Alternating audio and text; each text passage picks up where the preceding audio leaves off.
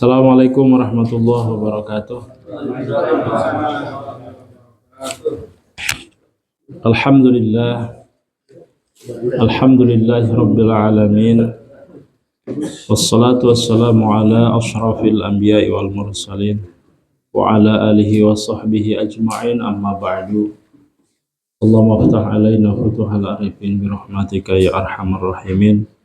Rabbana zidna ilman warzuqna fahman.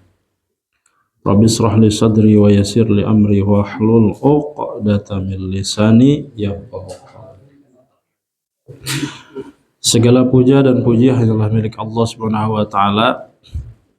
Alhamdulillah, pada kesempatan yang berbahagia ini di malam Selasa, seperti biasa kita berada pada kajian. Saat ini bidang yang kita coba gali, coba kaji adalah tentang ilmu fikih. Kalau minggu lalu kita bicara tentang adad ma'dud, yaitu tentang bilangan di dalam bahasa Arab dan masuk pada kategori belajar bahasa Arab. Di minggu kedua, seperti biasa kita membahas tentang ilmu fikih. Mudah-mudahan kesehatan yang diberikan oleh Allah kepada kita pada malam hari ini sesuai dengan yang Allah inginkan, yaitu untuk beribadah kepadanya. Sehingga mudah-mudahan kesehatan, kesempatan, waktu luang yang kita punya menjadi pemberat amal timbangan kita nanti di akhirat. Salawat dan salam semoga selalu tercurah limpahkan kepada junjungan semesta alam, habibana wa syafi'ana wa maulana Muhammad sallallahu alaihi wasallam. Tak lupa kepada keluarga, para sahabat, para tabi'in, para tabi'in, para ulama, penerus sebagai penerus dari lisan Nabi, al-ulama warasatul anbiya, sampai kepada kita selaku umatnya. Mudah-mudahan meskipun kita banyak dosa, tetapi nanti kita diakui dan mendapatkan syafaatul uzma. Amin. Bapak-bapak jamaah rahimakumullah, di pertemuan kita hari ini itu membahas tentang apa saja kesalahan-kesalahan umum atau kekeliruan-kekeliruan yang biasa dilakukan atau terjadi pada saat kita sebelum atau pada saat sholat. Ada beberapa poin yang saya bahas di sini. Nanti kalau di tengah jalan nanti ada pertanyaan, jangan menunggu sampai akhir ya, langsung tanyakan saja. Lebih nyaman, lebih enak, lebih baik langsung tektokan aja daripada nunggu. Baik, kita mulai. Bismillahirrahmanirrahim.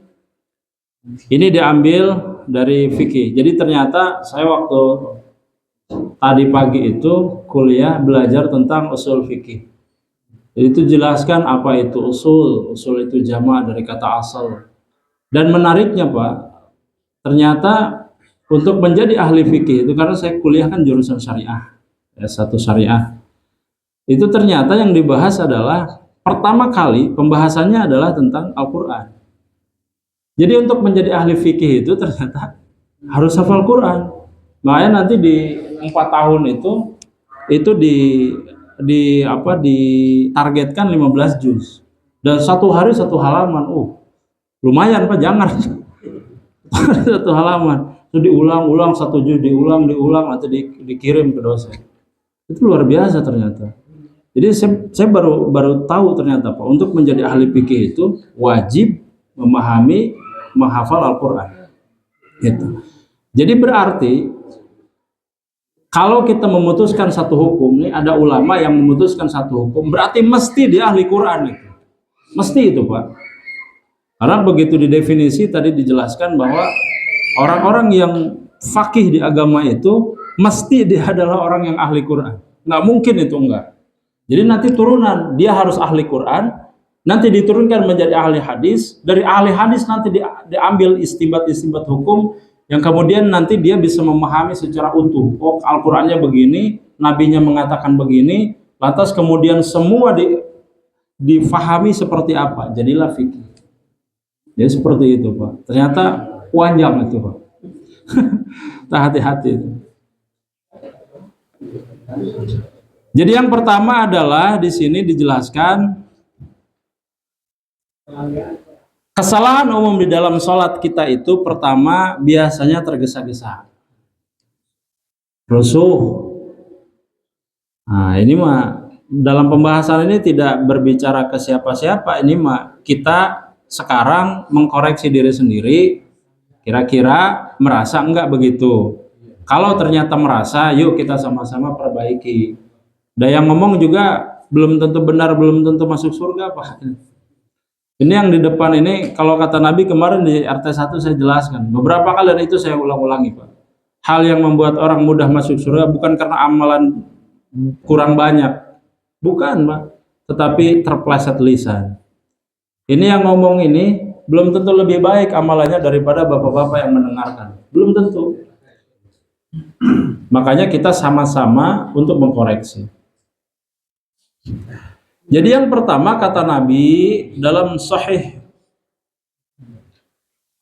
yang diriwayatkan, dalam hadis sahih yang diriwayatkan oleh Imam Bukhari dan Imam Muslim, yang sanadnya diambil dari Abu Hurairah radhiyallahu anhu, kata Nabi Muhammad sallallahu alaihi wasallam, anna rajulan dakhalal masjid. Ada satu waktu seseorang masuk ke masjid. Lantas kemudian fasola, dia itu melakukan sholat. Faja'a fasallama 'alan nabi. Kemudian sampai kemudian selesai salam, kan di depan Nabi ini, Pak. Nabi tahu ini dengan pasti. Nabi tahu. Apa kata Nabi? Irji fasalli. Ulangi salatmu. Fa innaka lam tusalli, maka sesungguhnya kamu itu belum sholat. Apa maksudnya? Jadi kalau ada pertanyaan begini, ini sering saya lontarkan, Pak. Sholat kita kira-kira diterima enggak? Nah, itu jadi sholat kita diterima atau tidak, meskipun hak prerogatif Allah untuk menerima atau tidak, tetapi dalam hadis ini dijelaskan ada ciri.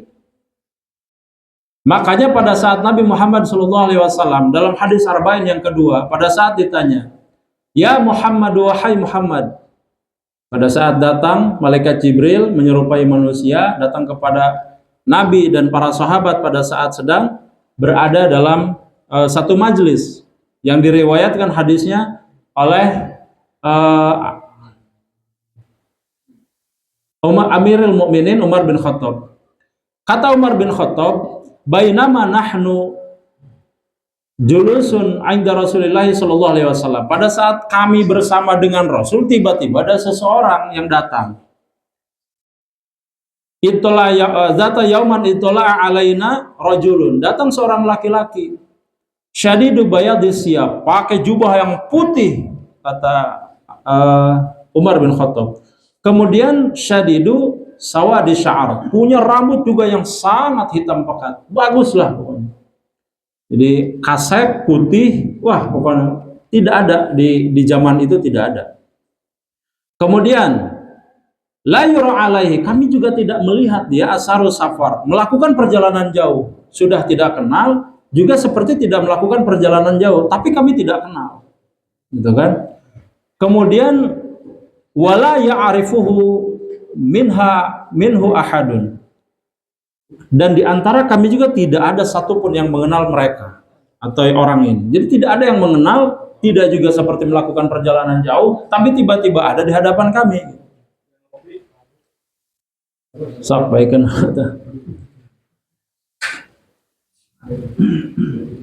Nah ini baju putih teh iya teh Pak. Pas. Kami itu maka payuna Nabi, daya mah nyanda kopi. Otang.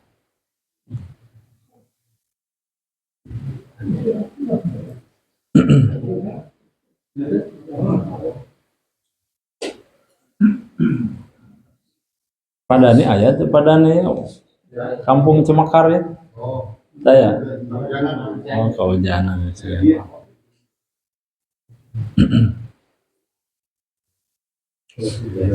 Lajengkan ya. Dugi ka mana tadi?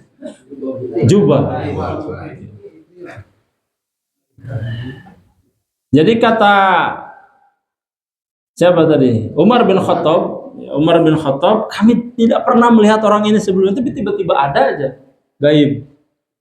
Kemudian fasnada rukbatahi ila rukbatahi, pada saat berada di hadapan Nabi, lututnya ditempelkan kepada lutut Nabi, jadi papayun-payun gitu, Pak. Kemudian wawadha'a kaffaihi, meletakkan kedua telapak tangannya ala fakhidaihi, di atas telututnya Nabi, pas gitu. Nah, salah satu pertanyaannya adalah fa'akhbirni anis sa'ah, beritakan kepadaku kapan terjadinya hari kiamat. Apa kata Nabi? Mal mas'ulu anha bi'alama minas sa'il, yang ditanya tidak lebih tahu dari yang bertanya. Sama-sama tidak tahu berarti. Yang menariknya di lanjutan hadisnya, kalau begitu fa'akhbirni an amaratiha, kalau kamu tidak tahu tentang terjadinya kiamat, maka paling tidak coba ceritakan kepadaku tanda-tandanya. Nah, di sini menjadi dalil, Pak, bahwa tanda-tanda itu sudah Nabi berikan. Diterima atau tidaknya amal juga ada.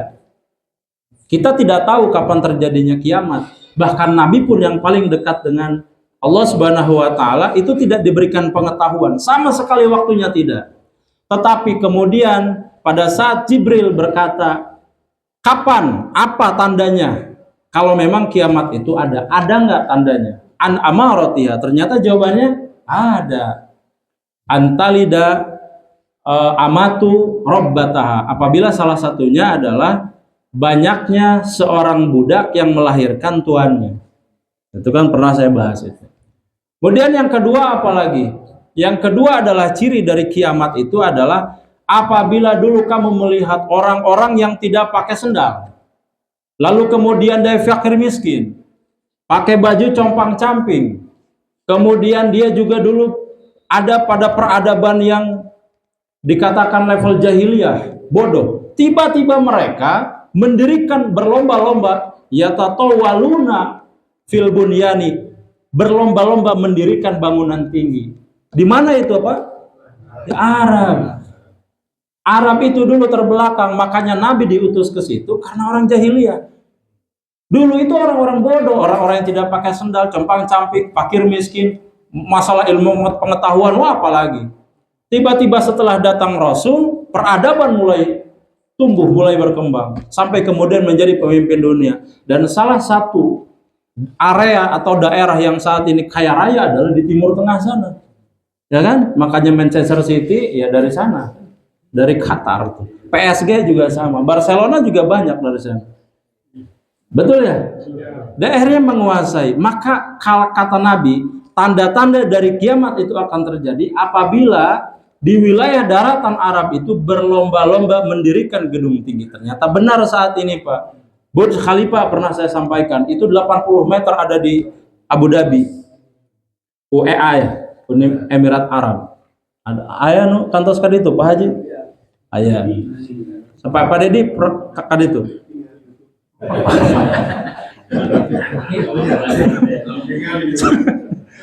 Ayo. Bilih gitu, badai foto sarang onta kan. Aku lagi di sini sarang onta. Itu, Pak. Jadi Nabi itu, ajaran Islam itu, Pak, itu tidak serta-merta pokoknya kalian lakukan ibadah, enggak begitu.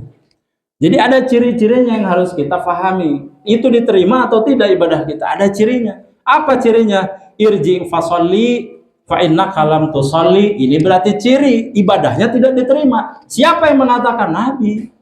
Berarti seseorang yang sholatnya tergesa-gesa tidak diterima. Yakin nggak? Yakin. Nabi yang mengatakan.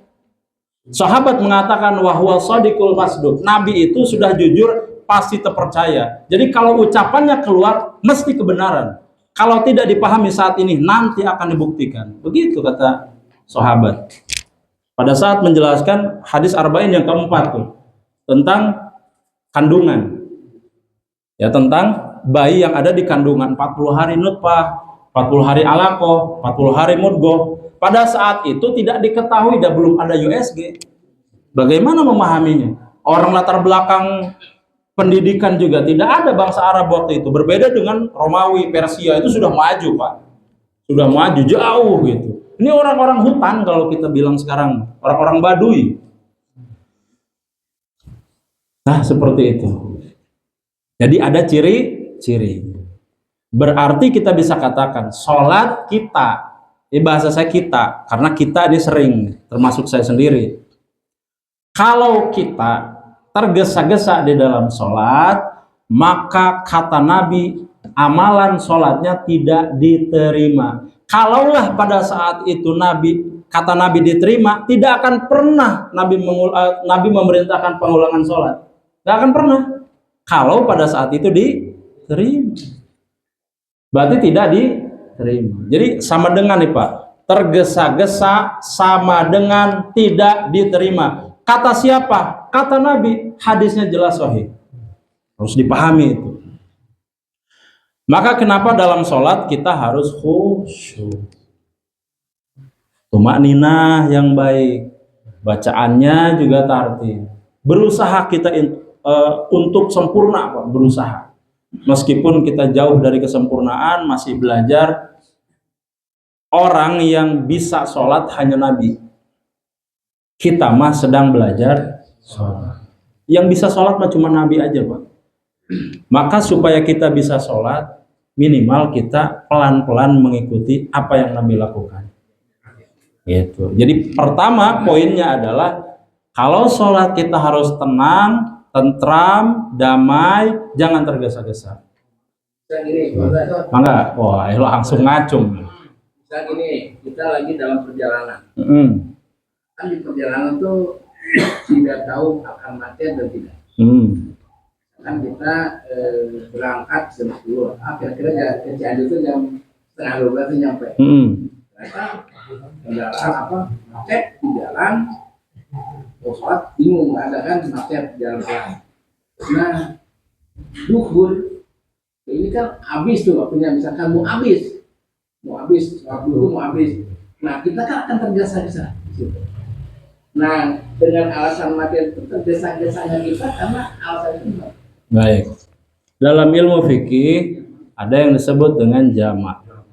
Jamak itu bisa jamak qasar, bisa jamak saja atau bisa qasar saja. Jadi tergantung situasi dan kondisi. Kalau saran saya Pak, biar tidak tergesa-gesa, dijamak saja.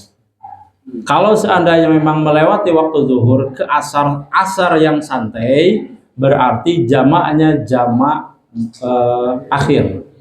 Gitu. Dari duhur ditarik berarti ke asar. Gitu. Duhur tarik ke asar. Cuma nanti pas duhurnya Bapak bilang gini di hati, ya Allah, saya berniat menjamak sholat duhur ke waktu asar. Harus diniatkan. Kalau tidak diniatkan berarti kelewat, itu satu kewajiban dosa besar itu. Jadi syarat dari jamak takdim atau jamak takhir itu adalah niat untuk menjamak di waktu sholatnya. Begitu. Harus itu Pak. Makanya Nabi dalam ilmu fikih itu diperjelas supaya tidak tergesa-gesa. Kan aya nu 15 menit deui umpami kan. Mendingan dibablaskeun diniatkan untuk dilewatkan waktunya, jamak saja. Itu lebih baik. Dan itu merupakan salah satu keringanan. Kalau tidak diambil malah kitanya yang berdosa. Dan itu salah satu sedekah dari syariat untuk kita. Rukhsah namanya. Keringanan ya. Pak Haji, enggak?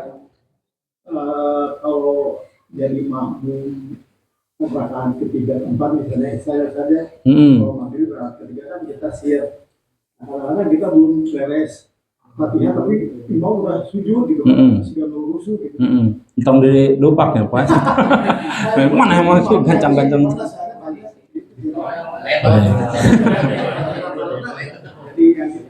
Baik. Patokannya di mana gitu, bahasanya imam.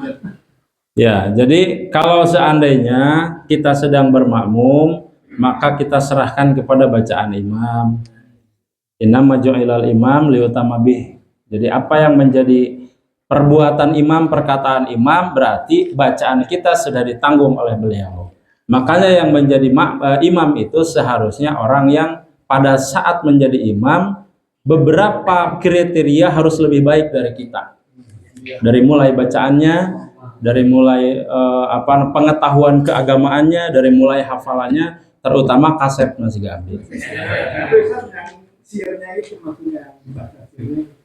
Tidak, kalau menjadi makmum tidak wajib, yang wajib imam. Jadi potong saja. Begitu Allahu Akbar, ya udah cut. Sampai Maliki Yaumiddin entong diteraskeun, da pasti sujud da orang. Orang pasti sujud da. Karena aya memang nu imam teh garis keras. Ya, cepat. Allah, assalamualaikum. Ayan gitu. Itu imam garis keras. Mangga. Yang ingin saya tanyakan, apakah di kita nih, khususnya di Masjid Al-Ikhlas ini, termasuk tergesa-gesa atau tumaninan? Tergantung. Nanti kita bahas ya. Nanti tergesa-gesa dengan tidak, nanti kita lanjut, ada bahasannya. Nanti dilihat dari perspektif ilmu fikih. Ada apa yang dimaksud dengan tergesa-gesa itu, kemudian apa yang dimaksud dengan tartil itu. Insya Allah. Kalau tidak ada pertanyaan lagi, kita lanjutkan ke yang nomor 2. Nanti akan kita jawab, Pak Ji. Kedua, kesalahan yang kedua adalah suka menoleh ke sana kemari atau ke atas kemana. Abi mah kantos pernah ningali teh kieu patah. Gitu. Macam itu. Baca waktu sholat ya, Mas. Kalau gitu, Pak. Jadi ningali kadieu kaditu. Padahal harusnya kemana kita melihat, Pak? Tempat sujud. Emang ada dalilnya gitu? Ada. Dan ini hadis sahih. Kata Nabi, la yantahiyanna aqwamun yarfa'una absarahum ilas sama'i fis shalah. Jelaskan sama Nabi ini. Aula tarji'u ilaihim. Berarti salat diterima cirinya yang kedua apabila fokusnya ke tempat sujud sesuai syariat. Begitu. Kan ini ciri amarotiha juga ini. Berarti kita sama dengan salat tidak diterima kalau kita tidak fokus ke salat kita. Kan pamikir mah fokus, Pak. Komo ningali pas di payun coblos nomor 4. Aduh. Nah gitu, mantap tuh kamasi deh tong anggo kaos partai itu. Aya wae. Kalau semisal lagi sholat, kemudian kita seperti tadi kadang-kadang mata kita melirik, apakah langsung balik lagi fokus atau kita menganggap batal itu sholat? Enggak batal tuh, Pak. Ini bukan bicara batal atau tidak ya. Tetap sah, cuman pahalanya ini yang kita pertanyakan. Begitu. Jadi cuman capeknya doang sholat, tetapi tidak dapat apa-apa. Apakah harus diulangi? Enggak harus diulangi, langsung fokus lagi saja. Karena tidak membatalkan. Tidak batal ya. Cuman masalah pahala. Kalau misalkan ada sholat terus ada HP bunyi, kita suka ada yang Ya. Terus begitu tetot. Assalamualaikum. Oh, itu. Puntennya sholat heula. Baik. Gerakannya kalau pada saat HP bunyi ini pada saat sholat cukup dimatikan selesai. Entong pas begitu. Oh aya WA geuning dibalas. Aya ningali da abdi di YouTube teh, Pak. Bagaimana orang seperti ini ya? Ada di status tuh, Pak. Ada ibu-ibu. Mantap, matikan orangnya sebelum sholat. Ya, baiknya kadang-kadang memang kita lupa, slup aja ke masjid kan. Tapi nggak apa-apa, kalau memang bunyi, matikan saja nggak apa-apa, Pak. Udah itu hukum fikihnya begitu, matikan udah. Tapi tong dibaca, tong diangkat, batal. Jelas ya, Pak ya. Jadi kata Nabi Muhammad SAW, hendaklah. Berarti kalau hendak ini perintah. Ini pahami. Ini bukan hanya sebatas kalian itu jangan. Ini perintah dari Nabi. Kalau sholat jangan, kata Nabi. Jangan melihat ke sana kemari, fokus ke tempat sujud. Kecuali nanti kalau di Mekah. Mekah apa? Kalau di Ka'bah ya menghadapnya, lihatnya ke Ka'bah. Itu. Menghadap ke depan. Kumaha Pak Haji? Perang sudah kita bahas di Khauf ya, melihat ke depan. Itu pengecualian. Ketiga, bergerak-gerak tanpa kebutuhan dalam sholat. Nih Pak, begitu Allahu Akbar sok kita. Batal eta, ayo. Batal eta. Nih, apakah ada dalilnya? Ada.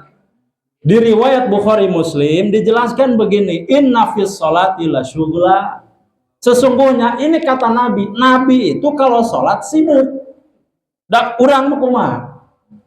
Sholatnya kan segala kabayang, Pak.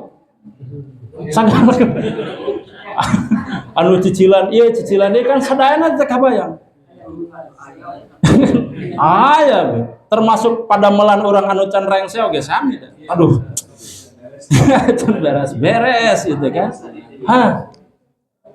Terus ayah anu emut kena lauk asin ayah, aduh hanjakal itu. Padahal mereka tuang itu. Ini kata Nabi, Pak, inna fis sholati la syughla. Siapa yang mengatakan ini Nabi? Nabi itu kalau sholat sibuk. Apa maksud Nabi sibuk? Sudah sibuk bacaan. Kemudian kita ada gerakan-gerakan yang dilakukan. Lalu kemudian kolbunya Nabi itu terpaut dengan Allahnya. Sibuk itu Pak dalam sholat. Lah kita gimana? Ayo orang sibuk kepeletokan Pak. Ayo nukilu. Asli, nah meninggal. Ayo si ganorek gelut. Harum. Ayah wae. Kedah ngawas itu Pak. Ayah gitu negaraan bujur Pak. Iya gitu.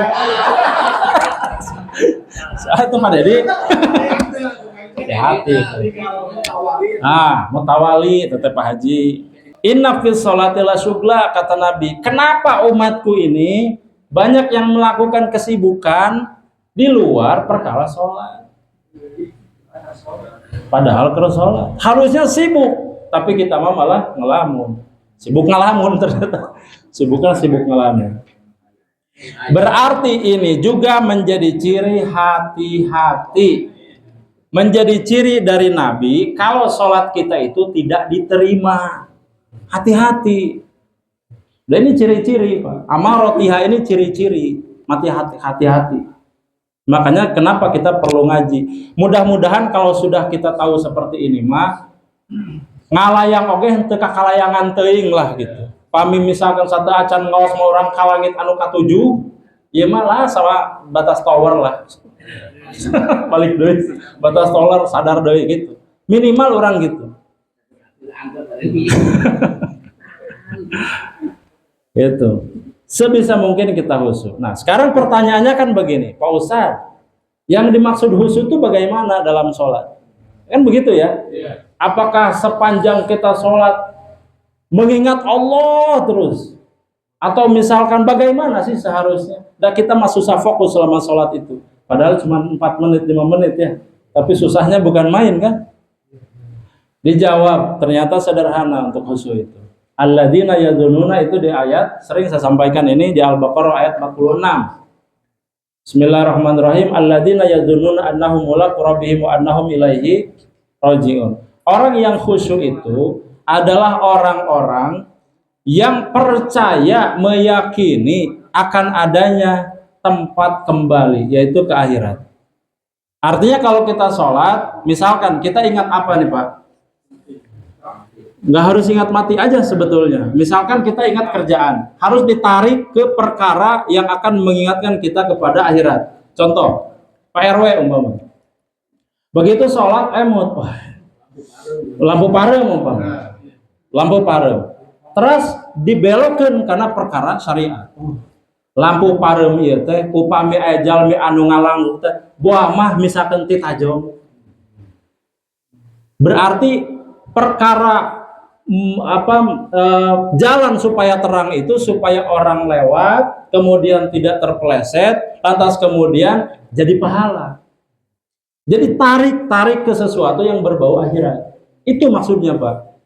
Jadi perkara urusan apapun, sendal umpama leungit tapi mesering pahiliting sareng saha gitu, tapi data ayah eta tinggalian kobi.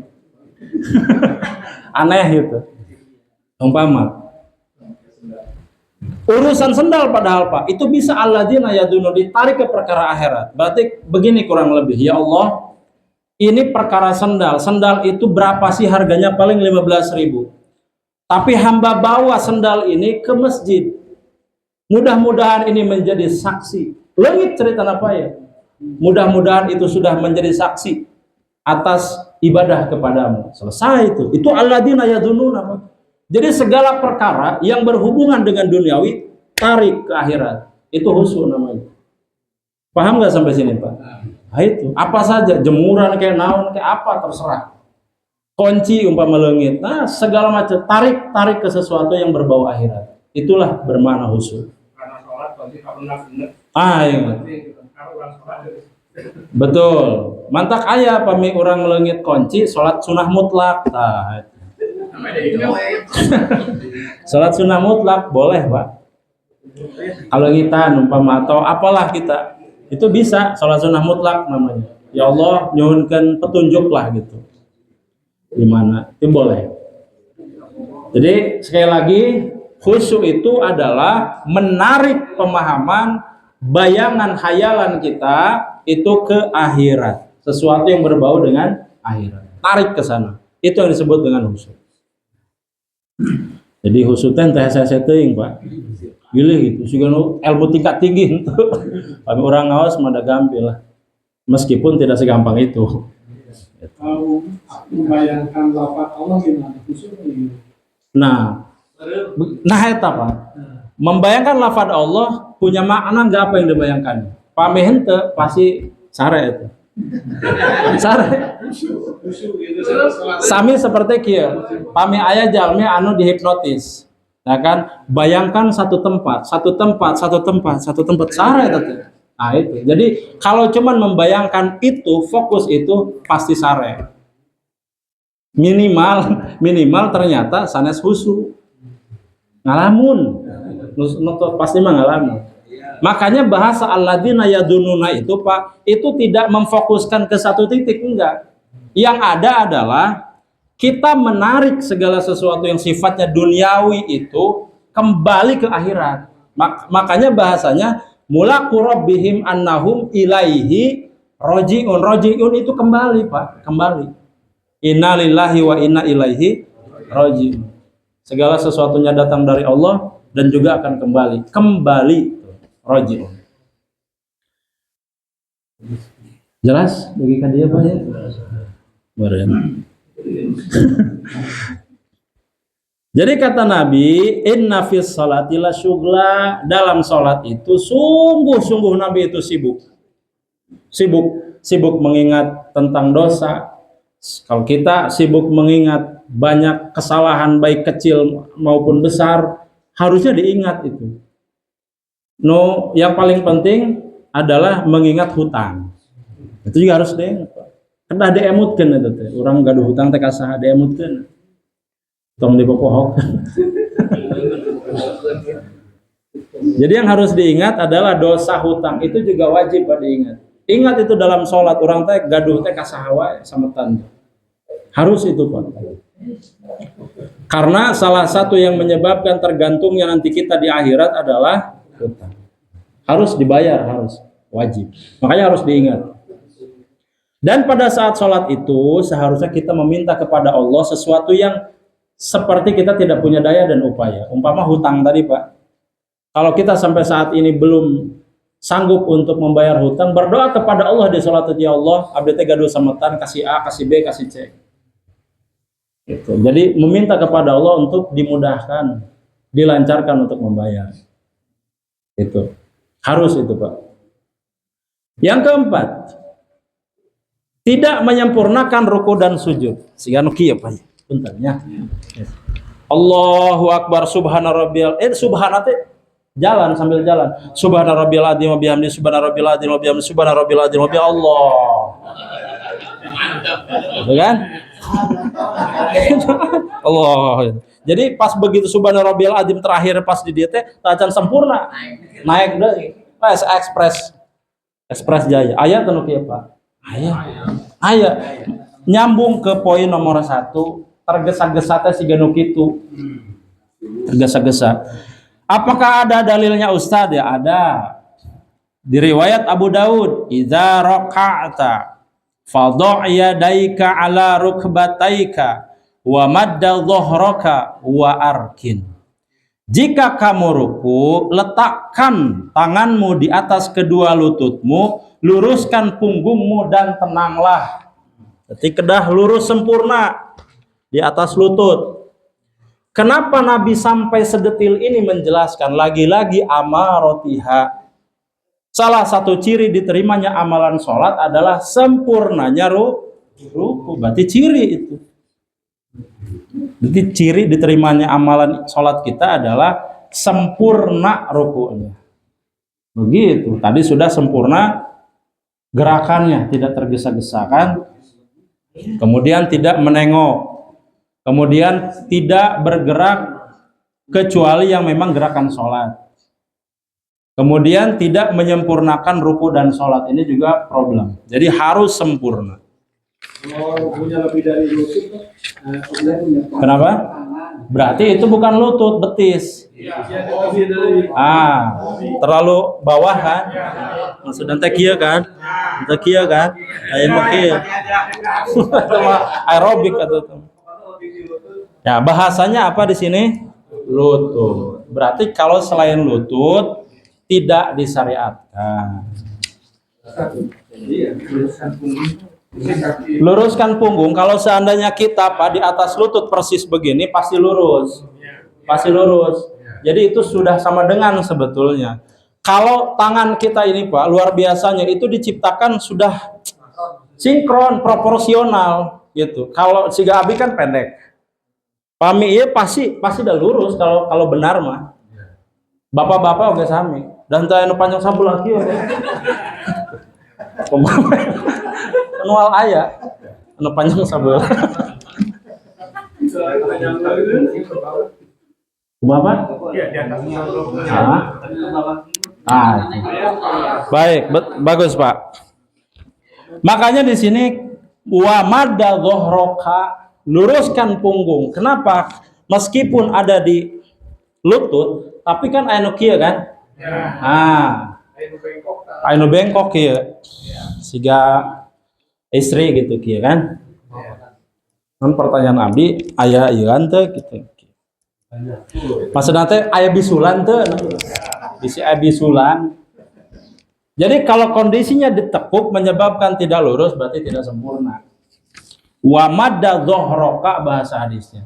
Supaya lurus punggung artinya tidak ditekuk, lurus saja begini. Gitu. Itu kesempurnaan sholat. Yang menarik Pak, di ujung hadisnya ada bahasa wa arkin.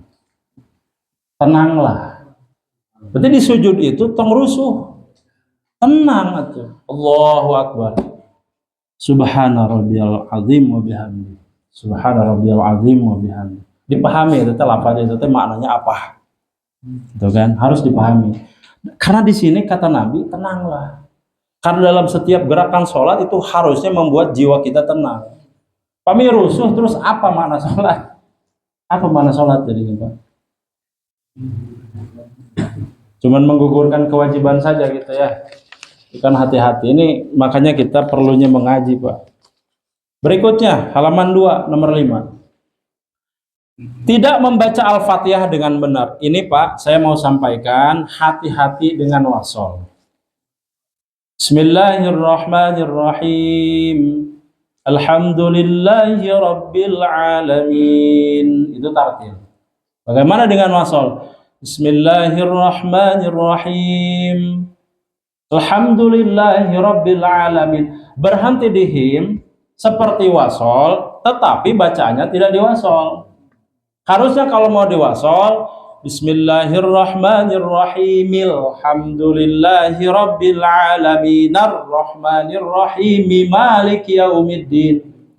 Kalau cuman berhenti Bismillahirrahmanirrahim, tidak bernapas tapi langsung alhamdulillah, itu namanya saktah.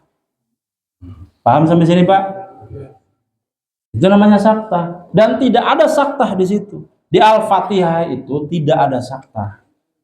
Jadi kalau Bapak berhenti sejenak tetapi tidak bernapas, saktah namanya. Hati-hati. Nah, saya kemarin mendengar memang beberapa di salat sunah tarawih ya. Di tarawih banyak Bismillahirrahmanirrahim, berhenti tetapi tidak bernapas, melanjutkan Alhamdulillahirabbil alamin. Kenapa kalau di wasol kenapa tidak dilanjutkan saja? Mil, nar, mimalik yaumiddin, nuhdinas siratal mustaqim, itu yang benar. Kalau mau diwasol. Tapi bagaimana baiknya Ustadz? Jangan. Coba tengok riwayat Nabi pernah mewasol nggak? Meskipun itu boleh secara fikih, Pak ya. Boleh. Kan mungkin langgap pamit awal imam, mungkin langgapnya murah rausen, nggak ilmu terausen orang ini itu bus. Oh gitu. Baik. Siap. Siap. Insya Allah Pak sedang diproses ya. Dan memang perlu waktu lah. Insya Allah. Jadi lawak di unsur Gini. Dalam rukun Islam, bunyal Islami ala khamsin. Kenapa sih pada saat menjelaskan ini di hadis Arba'in yang ketiga, pada saat Nabi menjelaskan tentang rukun Islam, itu ternyata ada tingkatan, Pak. Sesuai dengan turunnya perintah atau syariat masing-masing perintah. Jadi sholat itu ternyata pertama, dilanjutkan dengan puasa. Kalau sholat itu tahun ke-10 kenabian, itu pertama kali waktu Nabi berada di Mekah. Setelah di Mekah, kemudian hijrah ke Madinah, tahun kedua Hijriah, baru kemudian diturunkan perintah puasa. Apa artinya ini, Pak? Ternyata Islam itu berproses. Tidak bisa kita langsung ujuk-ujuk wa tuhijjal baita man istata'ta ilaihi sabila. Tiba-tiba setelah perintah sholat langsung ke haji, nggak bisa. Harus bertahap. Makanya pertanyaannya begini. Kenapa kalau seandainya Al-Quran itu sudah ditulis di Lauhil Mahfuz, kenapa diturunkannya selama kurun waktu 23 tahun? Kenapa? Padahal Allah memampukan, bisa sangat mudah, memampukan Nabi Muhammad untuk langsung menerima wahyu. Ini saya analogikan sederhana. Kita berobat. Kemudian, ini, si Abdi Aina, Mama, rit sirah. Dongkap ke dokter. Saur dokter teh, Bapak, ini nanti diminum ya. Saya berikan ini umpama sirup. Sehingga murang kali sirup teh. Sirup umpama 3 kali sehari. 3 kali sehari. Obat ini kira-kira bisa menyembuhkan tidak, Pak? Saya ulangi. Obat ini menurut dokter tadi ini adalah obat untuk menyembuhkan. Kira-kira kan kita tahu ini obat untuk menyembuhkan penyakit. Kenapa kalau ini memang obat, dokter tidak menyarankan kita meminum langsung? Ayo, kenapa? Berarti manusia diberikan itu, Pak. Kita tahu bahwa ini obat, tetapi diberikannya 1 hari 1 sendok, 1 hari 1 sendok, supaya tubuh kita ini menerima sesuai kodratnya. Meskipun kita yakin bahwa ini obat yang diberikan, insya Allah bisa menyembuhkan atas izin Allah. Tetapi tidak berani kita meminum semua kan? Karena secara logika manusia, meskipun ini obat, tidak serta-merta pada saat kita minum semua langsung sembuh. Buah mah ngagoler. Itu kan Ini juga sama. Pada saat Al-Quran diturunkan ke muka bumi, ini porsinya porsi manusia. Diberikannya pelan-pelan. Maka maknanya apa? Hidup kita ini harus terus berprogres. Pernah saya sampaikan di hadis Arba'in ya. Maka kenapa tujuan saya memunculkan beberapa yang sudah belajar? Salah satu tujuannya adalah mudah-mudahan dengan cara seperti itu kita berproses untuk terus lebih baik. Kalau nanti tidak ada satu imam, kasarna tak ada rotan akar pun jadi. Pami abdi nuju ta'aya. anu tiasa misalkan lebih pasih teu aya, minimal kurotan-rotan bagi aya. Akar-akar nanti namanya akar jambu bagi aya lah gitu. Jadi paling tidak seperti itu. Tetapi poinnya memang PR-nya namanya juga mengaji akan terus berproses. Insya Allah Pak, insya Allah. Insya Allah terus belajar.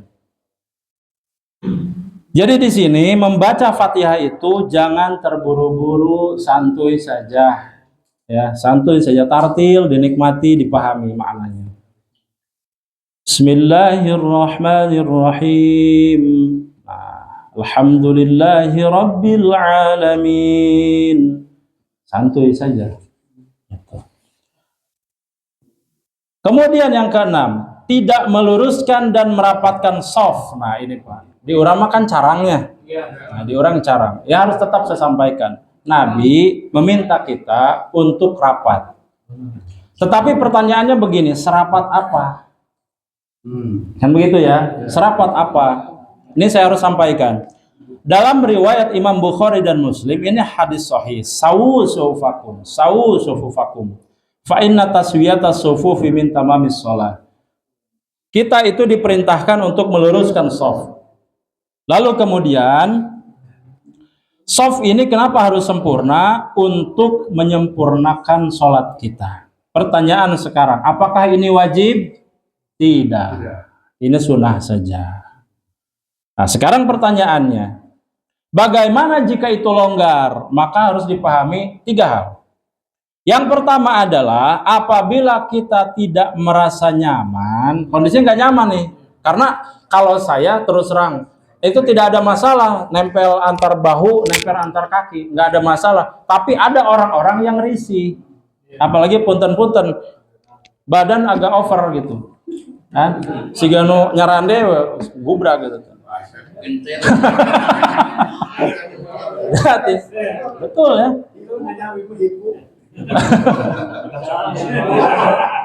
Lantak suka pinggir banyak, bilih. Nah itu, bilih rungkad kan. Korea menurut Pak. Nah ini kalau seandainya kondisi tidak nyaman, bisa dengan ukuran badan atau sedang sakit. Umpama ini sakit menular, seperti flu. Pami caket teuing, tabilih nular, malah jadi dosa kan. Maka ini jauh. Tetapi secara syariatnya bagaimana? Nempel bahu antar bahu, kaki antar kaki. Paling tidak ulama mengatakan minimal itu Pak cuman di awal saja yang rapat. Selebihnya boleh. Minimal kita di awal baris benar rapi. Itu. Selebihnya setelah rakaat kedua dan seterusnya ternyata masing-masing yaitu nggak ada masalah. Itu minimal itu Pak, seharusnya kita begitu. Mudah-mudahan ini bisa dipraktekkan di kita ini. Ya. Kalau yang nggak melihat gimana? Yang nggak melihat, nah, itu. Buta, ya itu nggak ada masalah sih Pak. Nggak ada masalah. Darurot. Kadang-kadang di dia lamun anjeunna lepat dan di panglarsung serius itu tah. Entong. Entong.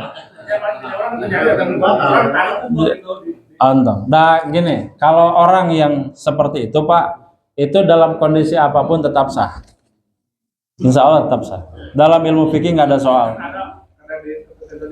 Yang memindahkan anaknya karena saya itu kan bisa. Kalau itu di luar kan. Jadi kalau di sholat intinya adalah mutawali. Kalau gerakan 3 kali berturut-turut itu batal. Jadi kalau posisi kita dekat dengan beliau tidak perlu meluruskan. Kenwa ya. Dan itu mah diterima Pak insya Allah. Ya betul. Betul, sering kan? Nah, sering karena tidak melihat, nggak apa-apa Pak itu. Jangan diluruskan, biarin aja. Biarin.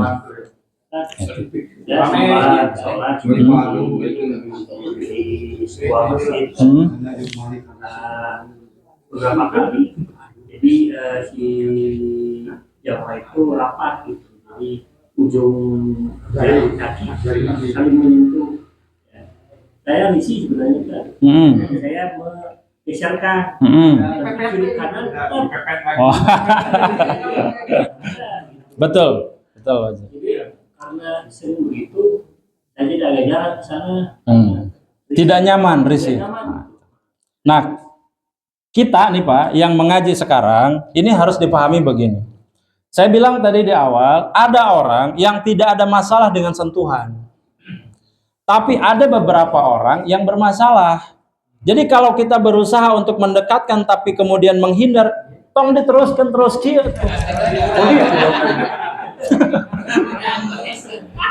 Mau beres atau salah? Jadi cukup sekali berusaha mencoba didekatkan. Ketika sudah dekat ternyata menjauh atau tong diuber atuh. Itu atuh. Mau beres-beres. Ujungnya teh sigana merek gelut. Jadi ini harus dipahami. Ini makanya ngajinya harus full nih Pak.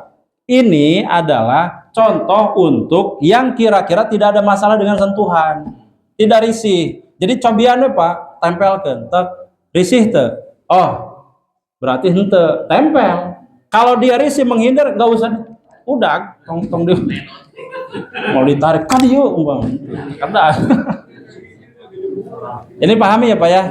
Jadi kalau kita tidak risih silahkan, tapi kalau risih jangan. Apalagi Bapak punten misalkan memang agak-agak sempit itu, boleh longgar. Tetapi syariat tetap saya harus sampaikan syariat. Ini seharusnya memang nempel, meskipun cuma 1 rakaat di rakaat pertama. Jadi kalau saran saya ini, masukan saya, ini kan kita sudah mengaji nih banyak nih. Nah kalau kita mau sholat nanti sholat subuh, coba dirapatkan meskipun cuma 1 rakaat. Jadi kesunahannya tetap dapat kita Pak. Kalau di kita mungkin enggak, karena kan sudah hafal nih saya kiri kanan.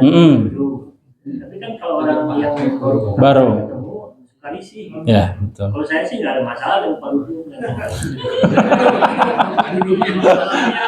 Yang lain orangnya nggak kenal. Betul. Jadi ini kondisinya kayak Pak Haji Wito barangkali tidak risih ya, tapi Pak Dudung sih kena merisih banyak.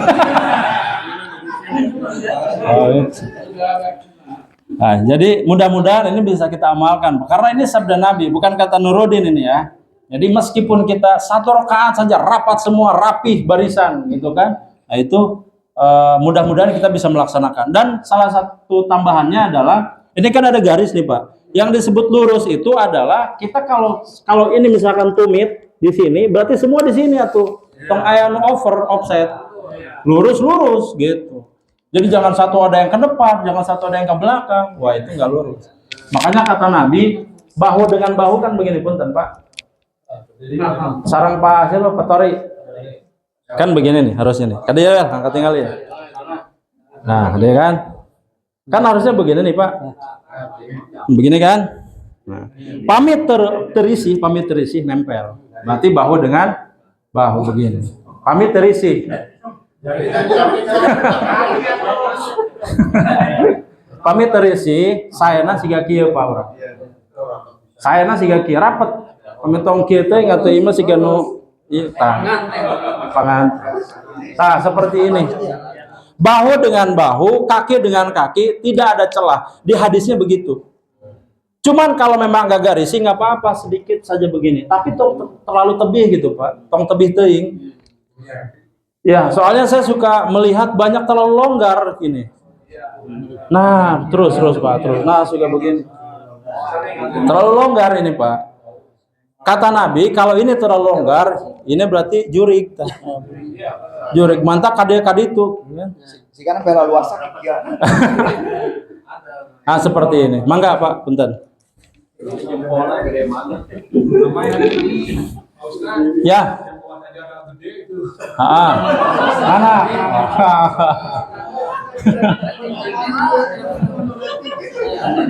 Ya. Jadi macam-macam. Itu terus menguasai Pak ya.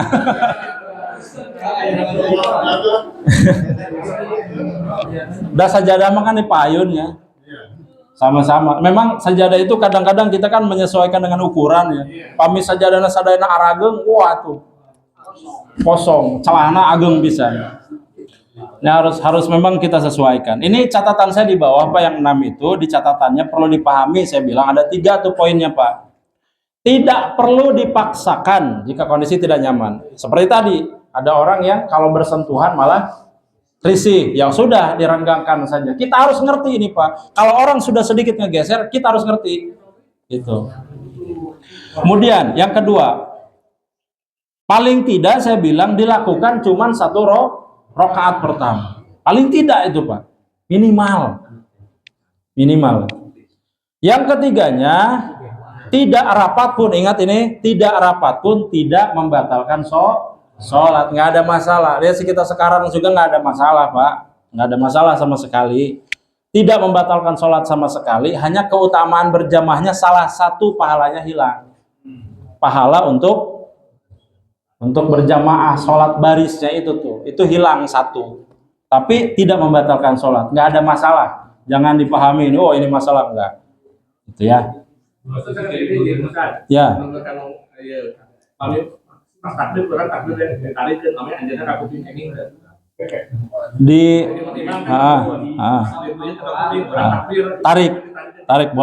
Tarik boleh Pak, untuk ngasih syarat boleh, tapi tong gerakannya. Kalau gerakan batal itu.